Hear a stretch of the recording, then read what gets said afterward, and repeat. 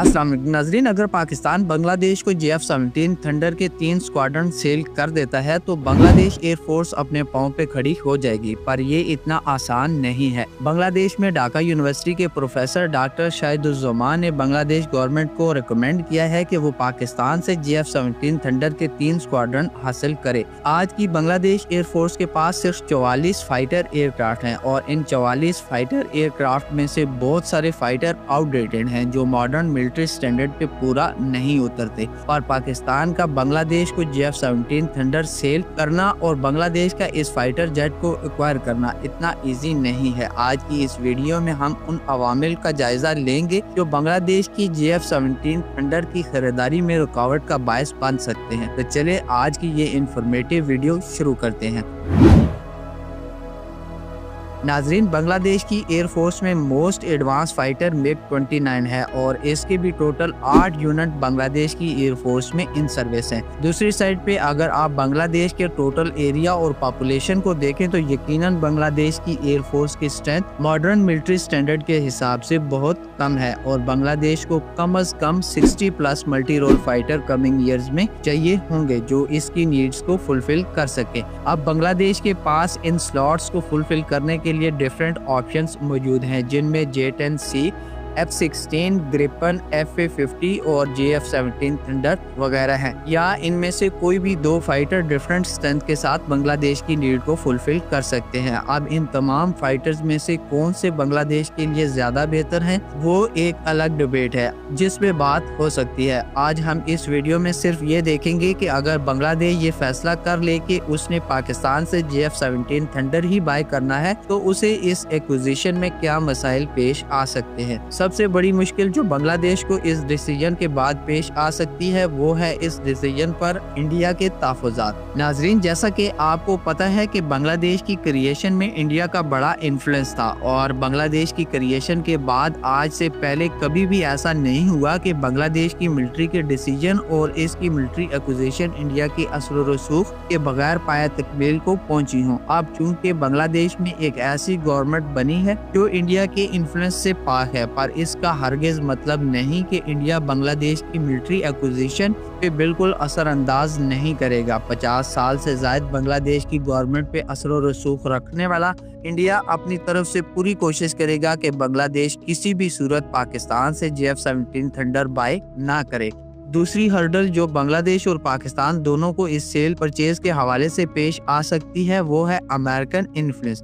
वैसे तो अमेरिका के मामले में बांग्लादेश की खारजा पॉलिसी गैर जानबदार है, पर फिर भी अमेरिका के इंडिया के साथ ताल्लुकात बांग्लादेश के लिए JF-17 थंडर की परचेज में मसाइल का बायस बन सकते हैं और पाकिस्तान को भी अमेरिका इस सेल को फुलफिल करने से रोकने में इन्फ्लुएंस कर सकता है। JF-17 थंडर की परचेज में थर्ड प्रॉब्लम बांग्लादेश के लिए चाइना बन सकता है जो बांग्लादेश को सबसे ज्यादा मिलिट्री हार्डवेयर फरोख्त करने वाला मुल्क है।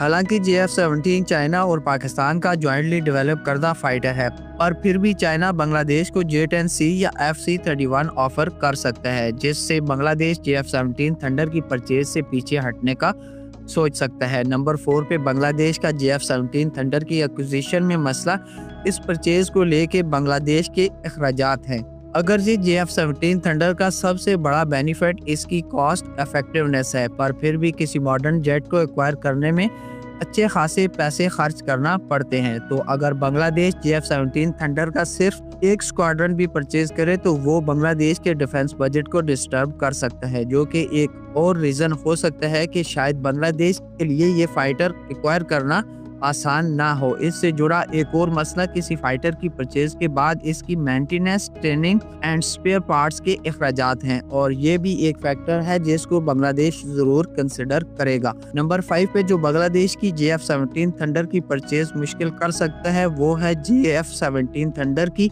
बांग्लादेश एयरफोर्स की करंट फ्लीट में इंटीग्रेशन। जब भी कभी एक new fighter jet existing fleet में शामिल किया जाता है तो उसके लिए एक एयरफोर्स को infrastructure, training and logistic changes require होती हैं। बांग्लादेश जो currently mix of Russian and Chinese aircraft use कर रही है उसे JF-17 थंडर को एडजस्ट करने में कितना पैसा चाहिए होगा और इससे जुड़ी बाकी चीज़ों को एडजस्ट करना बांग्लादेश के लिए कितना मुश्किल होगा, ये फैक्टर भी बांग्लादेश के लिए चैलेंजिंग हो सकता है। फिर JF-17 थंडर की बांग्लादेश की current system like air defence systems, radar systems and communication networks के साथ इंटीग्रेशन अलग से बांग्लादेश के लिए एक हेक्टिक जॉब हो सकती है। नंबर 6 पे JF-17 थंडर के मुकाबले के कुछ और मल्टी रोल फाइटर जेट हैं जिन्हें बांग्लादेश JF-17 थंडर के मुकाबले में परचेज करने का सोच सकता है। इन फाइटर्स में Chinese J-10C, FC-31, American F-16, Sweden का साब ग्रिपन और इंडियन हाल तेजस और इसके अलावा कुछ रशियन मल्टी रोल फाइटर वगैरह शामिल हैं। एंड एट लास्ट पाकिस्तान की रजामंदी कि वो बांग्लादेश को JF-17 थंडर सेल करना चाहता है कि नहीं।